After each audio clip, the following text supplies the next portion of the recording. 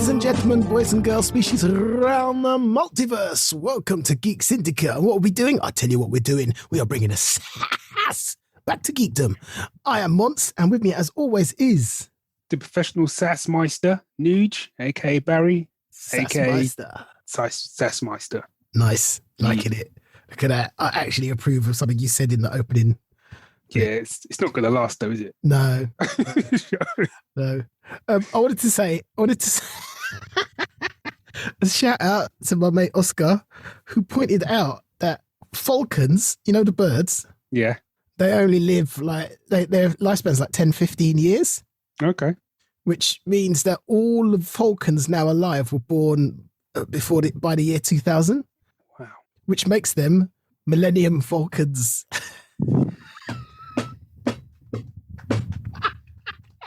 Oscar, loving your work.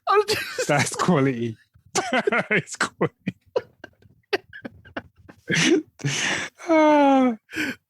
It's the little things. I'm telling you, that will work for me. Yeah. That is quality. It was literally one of those ones. I read it and it took me a moment. Yeah, just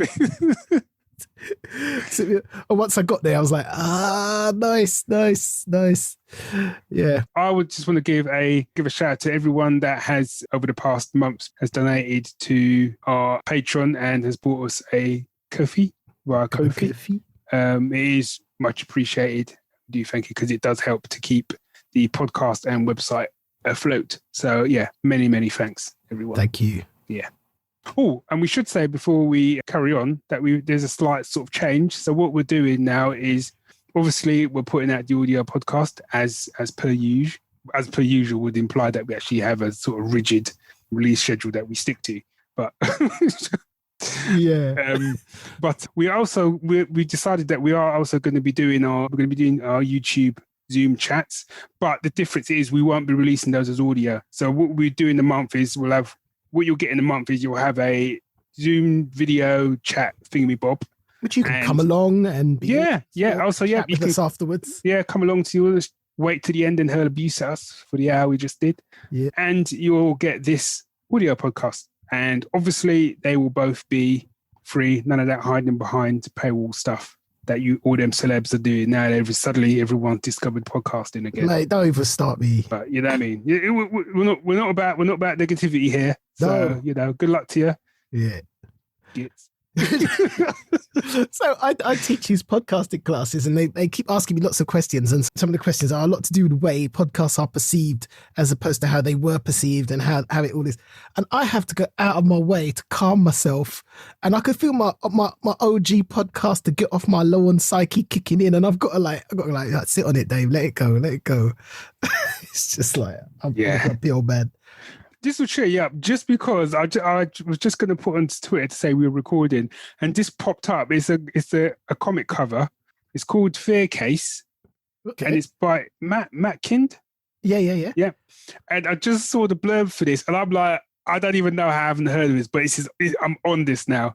A no-nonsense Secret Service agent and his new age partner investigate a mysterious box known as the Fear Case. Whoever comes into possession of this case must pass it on within 3 days or face deadly consequences. I am in.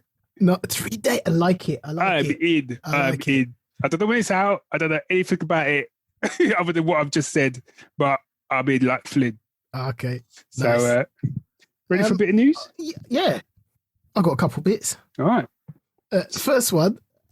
Do we not do the time for the news? So I can jingle. Yeah. Do you know what I mean? Yeah. Forget how we do things there. So, it's lockdown. It's scrambling my brain. Yeah, I hear you, man. So it's time for the news.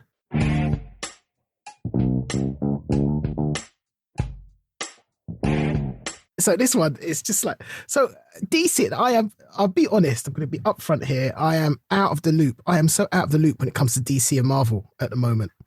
But apparently they're doing a run of comics called Under the Banner of Infinite Frontier, which I like that as a title, but I just think I can't get involved, man. There's too many. You've got to get this cross out. I can't get involved. But apparently Black Adam is going to be in it, the traditional enemy of Shazam. Mm-hmm. Now, this is odd, bleedy cool. So it may well be that this is nonsense. But apparently his new name is going to be Shazadam. What? Shazadam. What's wrong with Black Adam? I don't know. Shazadam. I mean, to be honest, if it was the other way around, and everyone had known him for decades as Shazam or whatever it was going to be called, and in some board meeting, someone went, you know what, that name's just not working, man. See, so some people have speculated, and I could see, because it's written by Brian Bendis, and he's not an idiot. Yes, so I can't believe he would come up with Shazadam. Nah. So I'm guessing that maybe some of the other characters in it are taking the piss out of him, right? And they're calling him like a nickname or whatever. That's the only guess I can come up with, because that's the only thing that would make sense to me. Yeah. Shazadam. What? So is this an event comic then? Mate, I don't even know. I just saw this. I just saw this thing about Shazadam and looked at it, and then I was like, Infinite Frontier? I'm going to have to investigate that when we're done, because to be honest though, how many more like times can like DC stick Infinite in front of something? Oh, don't even. Oh, here we go. No, Infinite. What? Infinite Frontier is an upcoming 2021 relaunch by the American comic book company DC Comics of its entire line of monthly ongoing superheroes. Relaunch? Yeah, but they do these relaunches, but do they actually relaunch it? And then is it going to reset? And is it like... Well... Because the last time they did a relaunch, it was like, yeah, complete relaunch, apart from Batman, and apart from so-and-so, and apart from... It's all or nothing. It doesn't work. Well, apparently, DC Infinite Frontier Zero brings together the best creative talent in comics to introduce the next phase of DC Universe. A 64-page one-shot presents infinite possibilities for the world's greatest superheroes on March 2nd. I mean, the picture looks pretty cool. But this, I might pick up Zero just out of interest. I've got to say... knowing that I'm not going to pick up any more. I might pick up. Yeah. I guess... For me, with DC, like you, I'm way out of the loop with like DC and Marvel. But I think what I do now, especially as I'm reading a lot of stuff via Kindle Unlimited, and a lot of their titles are kind of set back, if you get what I mean, I'm behind, is I just pick up certain story trade. I pick up certain trades where someone's recommending me, oh yeah, this is a good run of Batman or something like that. Like I read the Tom King sort of Batman run and stuff like that. I'd rather do that now than actually try and keep up with everything, because A, I can't afford it, and B, I don't even know what's going on. No, yeah, exactly. I'm just looking at the list of ongoing titles and limited series, and none of them are making me jump up and down. There's a lot of Batman titles, a lot of Superman titles, the usual stuff. It's all there. Teen Titans is now called Teen Titans Academy. I'm looking at going, how different is it going to be? It might, you know what? I might have to eat my words. It could be well different, but I don't know. Oh, I mean, I've got to say, the one series I just glanced at, I was like, okay. An unthinkable, unexpected attack. I don't know how you can be an unexpected attack from the Joker. That's literally Zebo. Makes him the target of a worldwide dragnet with ex-cop Jim Gordon hot pursuit in the ongoing series The Joker. Okay. All right. Oh, that's all right. That sounds worthy. That's a take. Yeah, because that to me, I think the thing is with something like that feels self-contained. Yeah, I can get behind that, but it's those ones which are just going to feel like they're just going to go on and on. Yeah, and it's things like it says the adventures of Justice League continue, beginning with Justice League 59. Well, how is that a reset then? I don't. Yeah. That's why this is where I get confused. Either you're resetting it or you're not. Anyway, wait and see. You got some news? Yeah. So I think, I've got two bits of news quickly. So the first bit, because there's not much to it. Do you know that Disney and Marvel have announced that they're doing a Black Panther spin-off? Did you say Disney and Marvel? Yeah. Oh, yes. Sorry, I thought you said DC and Marvel. All right. Yes, I did know that. Yeah.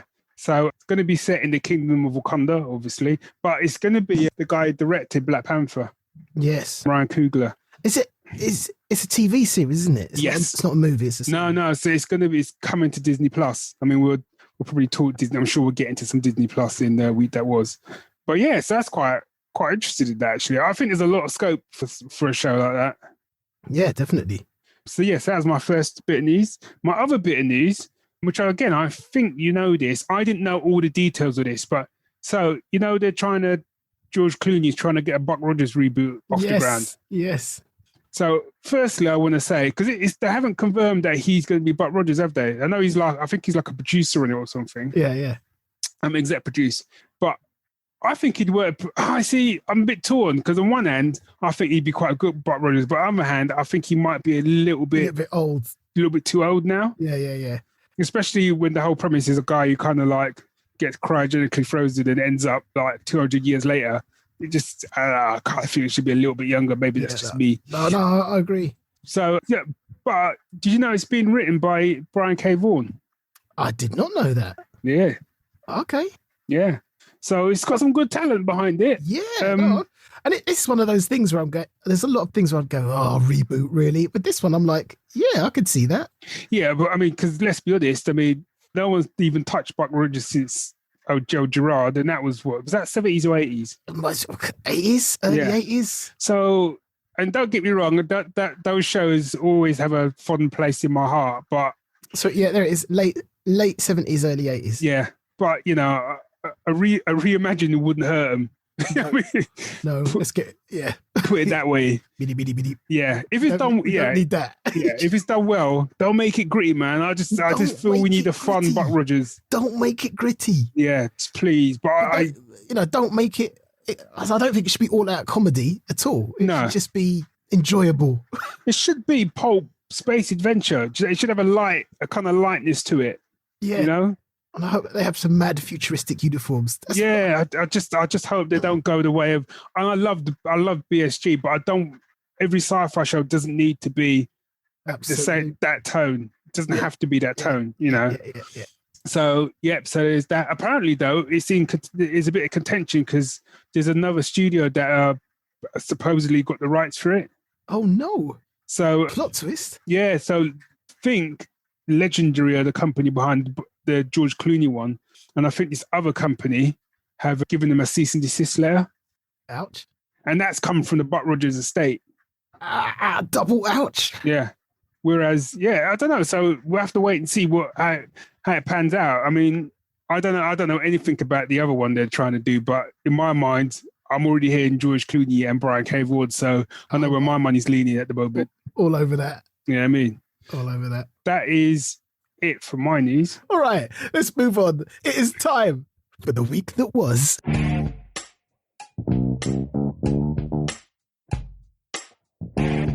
Oh, yeah. So I've got to say, my kids used to watch this cartoon called Winx. And there were several iterations about Winx, and it was about school that kids go to be kids who are fairies from different realms go to this school to learn to control their magic. Mm-hmm. But it's girls, and the boys become specialists who like train in combat and stuff, which sounds quite cool. But watching it with them is the worst animated offspring of. I hated the animation style. There was nothing feminist about it. It was like all the girls were stick thin and like did adventures in high heels and short skirts and all kinds of nonsense. The plotting was nonsense. The scripting was nonsense. Stuff was just nonsense. Yeah, and then they did a spin-off, tried to update it, and it was slightly less nonsense. But still not just nonsense. And sorry if the creator is listening, but don't even start me on his other cartoons. Anyway, so someone tells me, I think I've got to watch Fate, stories of, was it Fate? Oh, it's a Netflix show just dropped, isn't it? So they've made a live action version of it. Oh. And they were like, yeah, it's really good. It's really got a real feminist vibe to it. And I'm like, this is going to be, this is a sacrilege that this even exists, that this even got past the planning. I was like, I'm going to watch the trailer, see how terrible this is. Look quite good. I might have to give it a go. So, done justice to it by the look of it. It's like, I saw it all over Netflix, and I think I seen like a little clip of the trailer, and I was kind of like kind of two minds about it. But then I thought I've watched some other shows where I'm like, I watched The Order, which was on Netflix, and it feels a bit similar to that, and I actually really enjoyed The Order by the end of it. So I'm like, well, maybe I'll swing back to it. I've got a whole heap of other things. So it's not fighting for like it's not like in my top 3 spot. Do you know what I mean? Yeah. It's more like rainy Sunday afternoon spot. But I thought, now Alana's much older than she was when she first watched it. She might appreciate this. So I put it on for the first 5 minutes. It was just some poor farmer getting dragged through a force field, and then just like a huge splash of blood hit one of his sheep. Damn. And Alana just looked at me and she went, I don't know if this is appropriate for me. It's like, And pause. No pause. We'll try it again later. Wow. You know it's come to something when your kids are self-censoring, man. Oh man, she does all the time. Wow. Okay. So, got a lot to get through, but I know there's a few things we both watched that I kind of want to talk about. Firstly, I want to talk about, because a lot of people aren't talking about this show, and it's annoying me, Lupin or Lupin. Yeah. I think Siobhan knows French. She said it's Lupin. I don't know. Is why. it? I Okay. don't know. Well, I'll go with that. You know what I mean? So this is it's a Netflix show based on a series of books. Well, it's inspired by the adventures of Arsène Lupin, which I probably said wrong. He was a gentleman thief. So I was already in. The minute you mentioned gentleman thief, I'm in anyway. Yeah. And I saw the trailer for it and I was like, yeah, this looks money. I watched the first episode, right? Me and C watched the first episode. And by the end of that first episode, I realized how much I missed like sassy, smart, kind of heist type films or shows like Hustle or White Collar, that kind of, do you know what I mean? Yeah, where it's just, everyone's just cool, where everyone's just sassy, do you know what I mean? And rather than the kind of bleakness that we got, and there's a little bit of bleakness in it, but I just, and it's done by the team who did the Now You See Me films. Right. And you definitely get that sense of that, the way certain things are shot and the way it's done and whatever. And it's brilliant. I loved it. And it's only 5 episodes. Yeah. No, I thoroughly enjoyed it. Yeah, just enjoyed the style of it. I thought it was going to be an episodic thing. That there is a plot, there is a theme going through it, which that's what provides the darkness, but still and it kind of got darker towards the last couple of episodes. Yeah. I think, but it was still like, it was enjoyable. It was enjoyable. Yeah. And the main guy who plays, he's not Lupin in it, but Arsène Diop, I think his name, is just brilliant. And he's got all these different disguises and stuff, and he's got the coolest hangout ever, man. Yeah. You like his chair, don't you? And the chair is just... You looked it up. I looked up his chair. Let me tell you, if you watch this show, you see the chair, and you're thinking, I wouldn't mind having that in my living room. Don't even bother going to look it up because you can't afford it. Trust me. If you're listening to the show, right, you can't afford that chair. I'm telling you that flat out.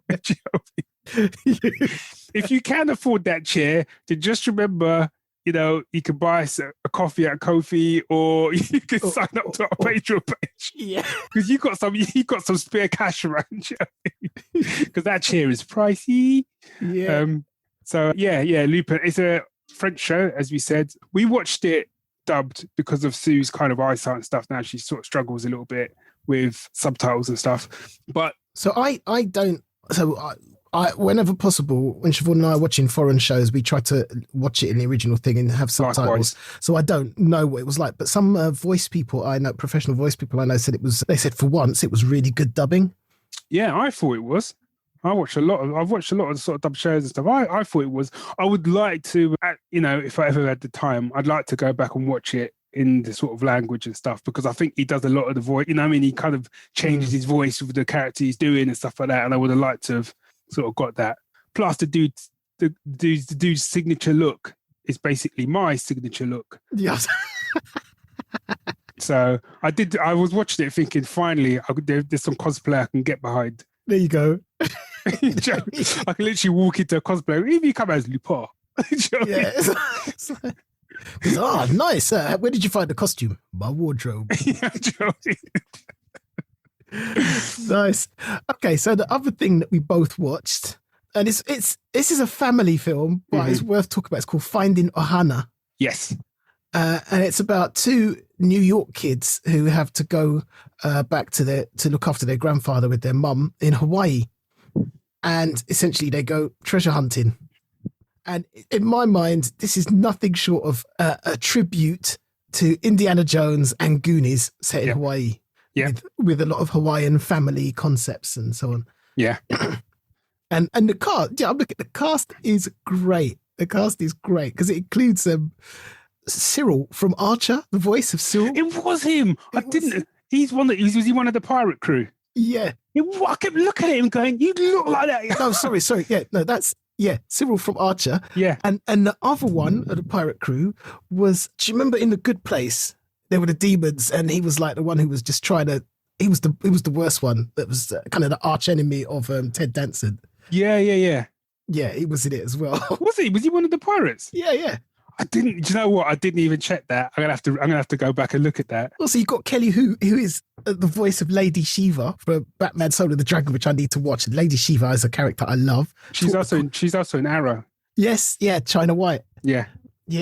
Who else did you have? Oh, and you had what's his name? You told me this. I had no idea it was him. Short Round. Short Round from Ki Kwan. Yeah. Ki Hu Kwan. I hope I said that right. Who was Short Round in Indiana Jones: Temple of Doom, and he was Data in the Goonies. Yeah. And I was like, criminally underused. Yeah. It was just so enjoyable, man. Lots of like stunts and treasure hunting and booby traps. Booby trap. And I think as well, it's just, I don't know. It's like you said, I mean, I like my gritty stuff, but I'm on a, you know what I mean? I'm on a quest for kind of some light stuff just to balance things out. You know what I mean? Especially with what's going on in the world at the moment. And this film was kind of perfect for that. It was just that kind of fun indie type romp. Really, well, more kind of Goonies than indie. Do you know what I mean? But there's a lot of indie references in there and a lot of right down to the kind of like, you know, whatever happens, don't look. I was like, that's pure Raiders, that is. And I was quite surprised because they hinted at a supernatural element, and I thought, that's not, you know, that's just part of legend. And then it kind of went there, and I was like, full on, man. The last sort of, all of a sudden, shit just changed. Suddenly, shit got real. Do you know what I mean? And it literally got to the point of not spoiling. Let's go. Put that down. We need to go. That sums up the last third of that film. Was like, put that down. We need to go. And you know what? This is one of those ones that the more I talk about it, the more I'm enjoying it. Yeah. And the main kid, she was wicked. It's like her first feature film. Was it? Yeah. She just had that kind of enthusiasm that you need for that kind of a character as well. But I think, especially with kids in the film, you walk a tightrope between being like really precocious and just being downright annoying. Which is what I thought was going to happen with her friend, the other kid. And he was all... Look, let me tell you, let me just stop this and say right now, right? If I'm in trouble, that's the kid you want having your back, because that kid was worthy, man. Oh man, the bit I loved was when so they're in Hawaii and they're in this place where Lost was filmed. Oh yeah. And he just goes on this big, like, he basically takes Lost apart. And I was sitting there going, he's not wrong, you know. And it just came out, and I was like, that's a risky move, but they just went for it. I was like, it was brilliant. No, a film was, like you said, the more I think about it now, the more I think that film was tough, man. Yeah, exactly. You know, it was all right, I was coming to say, you know what, it was an all right film. That's what I'm talking about. I've got such a big grin on my face. And also, what I really liked was the way they used like the Hawaiian history and the belief system and the supernatural and stuff, so that when things did kick off in a certain way, people didn't even stop to go, oh, that's just nonsense. It was literally, you what? Right, I'm gone. You know what I mean? It's like the bit in the hospital with the mum, and you would think the mum would be a bit, because she's like a New Yorker now, and it's like, no, it's the blah blah blah drums. She's like, I'm gone. You know what I mean? This is what I was going to say to you. So it's something we talked about with Death in Paradise. Mm-hmm. And so you've got this Caribbean island, and they send a white guy over to kind of run the show, and they kind of like, oh, he's a white guy, he's a white English guy in the Caribbean, he's a fish out of water. And we're like, why has it always got to be that way? Why couldn't... And he goes, you know what? If he said Barry back to Jamaica, he'd be a fish out of water. Yeah. Do you know what I mean? And this is what they did here. They got two kids who are with Hawaiian ancestry, but they didn't grow up there. They don't know nothing. So you send them back there, they're out of water. Yeah. And I thought that was nicely done. That was nicely done, I thought. Yeah, I'm glad they didn't do the, you know... And I quite liked that you had, and I can't remember what the relationship was, but I quite liked that you had the white kid out there, but he'd grown up there. Yeah, that was great. That was great. So he knew, you know what I mean? So he knew how everything ran. So yeah, I thought it was really well done. And they really did go knee deep into like the Hawaiian costumes and stuff like that, which I thought was really cool. You know what I mean? And it sort of mirrored it. And it was part of the plot. And yeah, it was really good. It was really, really enjoyable film. Certainly one for sit down with the kids. Right, moving on. A lot to get through, man. How about we do... Okay, no. Lower Decks. Yeah, that was next on my list. So Lower Decks is the animated Star Trek show, which obviously focuses on the lower decks of a starship. And I'd heard... before I say I'd heard nothing but bad things about this show, I'd watched the trailer a while ago, and I was like, I'm out. I'm not even going to bother even attempting to watch the show. I went one better than you, and I watched the first episode and was like, yeah, I'm out. Right, okay. And then it came onto Amazon Prime. I think it only dropped like a couple of weeks ago, didn't it? Yeah, I think so. Yeah. And I watched the first episode, and I did enjoy it, but I did feel like, not sure. But you know what? I'm here now. And there was a couple of little one-liners in it that I thought I didn't mind. So I thought I'll stick with it. And what I found is that, again, it was like a classic sort of a classic TV series, in the fact that the first episode felt very pilot-y, and then it felt, as it went on, it started to sort of settle itself down a bit. Mm. And I actually felt it was much more, I can't say it in any other way, it was much more Star Trek than I was expecting. Yeah. In the fact that they still had to deal with a problem every episode. There was still kind of diplomacy going on. There was still kind of like, big sort of spaceship battles. Still, but like, and upholding Federation values. Yeah, yeah. And poking fun at it at the same time. And I quite like the whole concept of it is basically that the bridge crew kind of it's almost that Hong Kong Foo scenario where it was Spot the cat did all the work, but Hong Kong Foo got all the credit. Yeah. It was a similar thing here where it's like the lower decks do all the work and the bridge crew kind of take all the credit for the most part anyway. Yeah, and I did. I really enjoyed it. And in some ways I kind of felt it was the way they kind of looked at it with the lower decks was kind of the show I expected Discovery to be. When they did first announce Discovery, I was excited. It's like, it's the first time it's not from the perspective of a captain. Yeah. But to be fair, she's kind of captain in all but name, to be honest. Yeah. She was so senior and so had such a thing to do. And I was like, yeah, exactly. In the same way I thought that Gotham was going to be a bit more like Gotham Central. Yeah. Yes. Yeah. So for me, the downside. Oh, do you know who the number one on this ship was? Who the voice was? Yes, but I can't remember. Jerry O'Connell, who was Clint Valerie in Sliders. Yeah. I love those old little connections back to geek stuff of yesteryear. So the downside for me, and it kind of almost stopped me in the first few episodes, and I just got my head around it. And once I got my head around it, I really enjoyed it.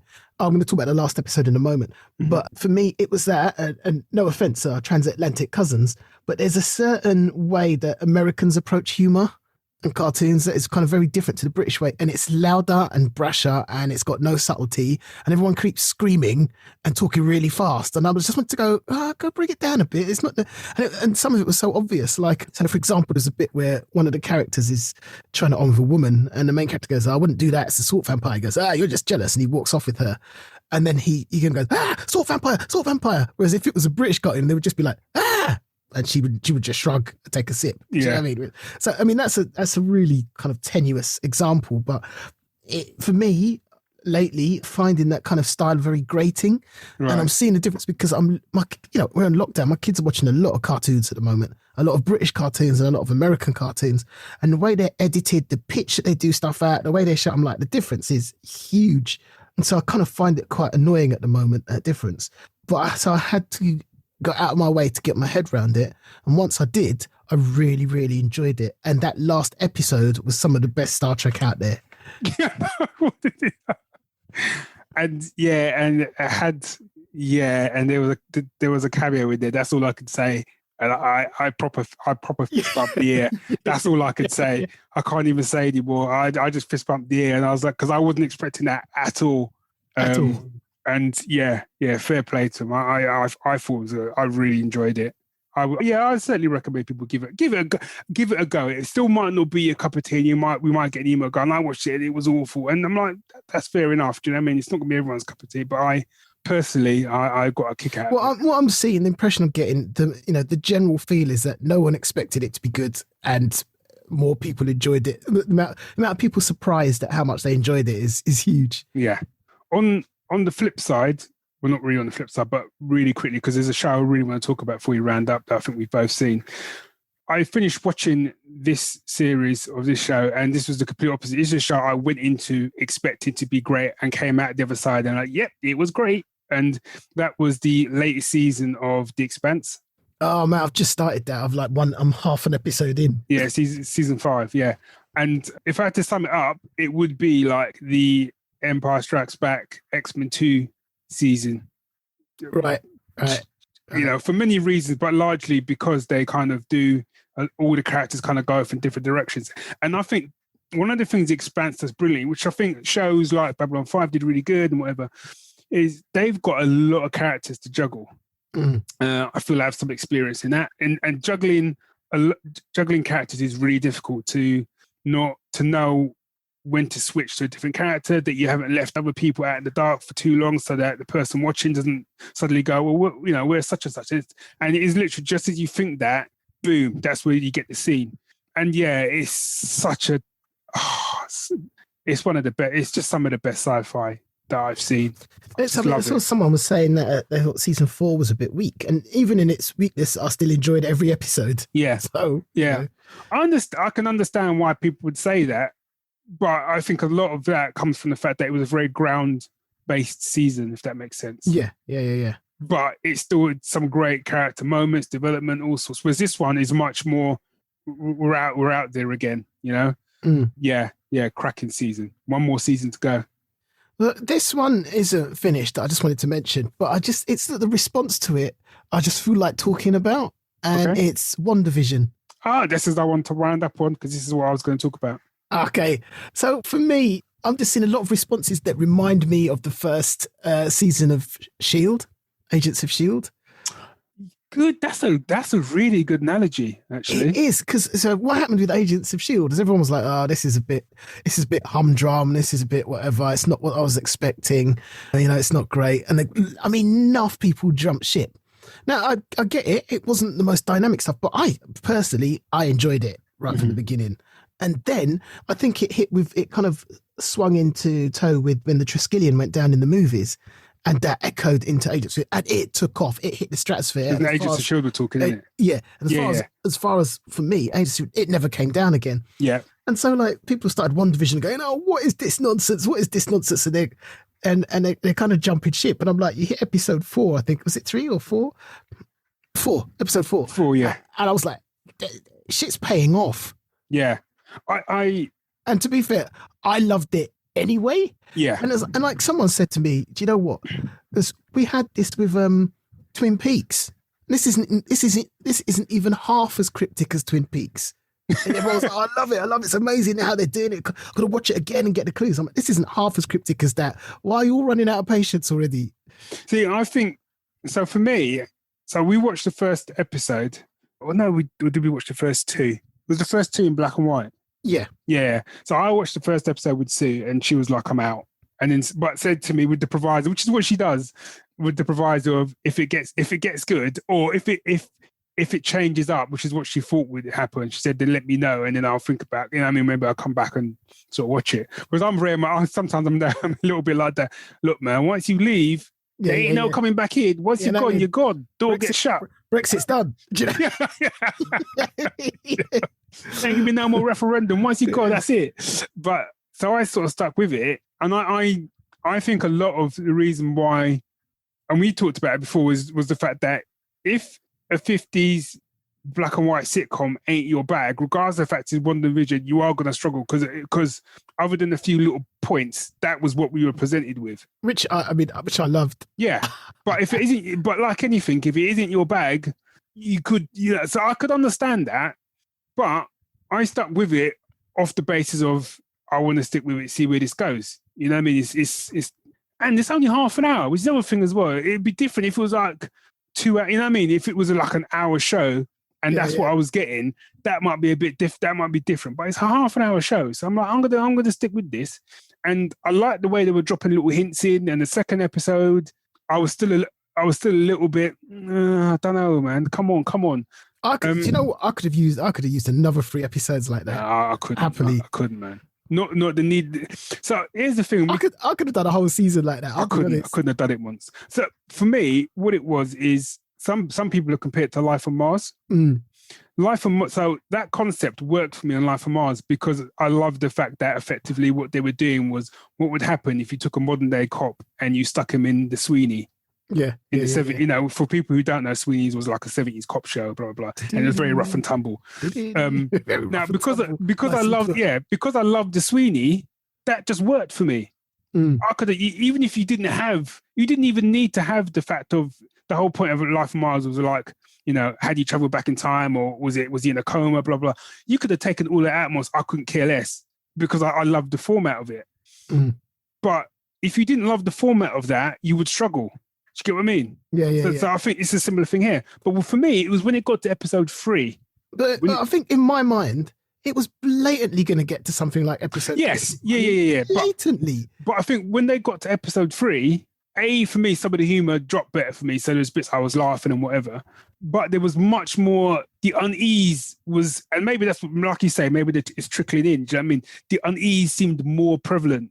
Do you know what I'm saying? I don't know, because for me, it was the contrast between, like, so that first episode, for example, one is a contrast between like this like 1950s nonsense, yeah, and then suddenly guy's choking and the woman's going, stop it, with a smile on her face, stop it. And you're like, what the? And it was only like 2 minutes worth of the thing, but to me that was far creepier than. Far more unease in the whole of episode 3, because like you just gave me this stuff I was laughing at, and then suddenly there was 2 minutes like, what the hell? I think, I quite like, there was a bit in the second episode, and then something happened, you were like, what? But I just, for me, there was a bit in episode 3, and I'm trying hard, I don't want to spoil it, but there's a bit in episode 3 where something happens and she's talking to someone and she becomes, and what I realized then was how strong her performance was, because what you suddenly realize is like she flips from the wonder of the, you know what I mean, the sitcom to the wonder that seriously scary. Yeah, to the wonder that we know, but a seriously scary version of that wonder. And she just flips, and it's just like, who are you? Yeah, nah, man, nah. And then flips straight back. Yeah. So for episode 3, I was in, right? Episode 4, I'm like, okay. But I was in from episode 3, the end, I was like, I'm here for the duration. That much I did know. But I thought episode 4, it was brilliant the way they nailed it, because the attention to detail, they didn't have to put in half of that detail. But that's when you go, all of that stuff that people may have been struggling with, it was for every little bit was for a reason, and it paid off. Yeah, it did pay off. And it wouldn't have paid off in the same way if they hadn't done it at that slow pace in that way. Yeah. Yeah, I agree. I would agree. If we'd got one episode and then you got the events of episode 4 happen in episode 2, it wouldn't have been as strong. I agree with you.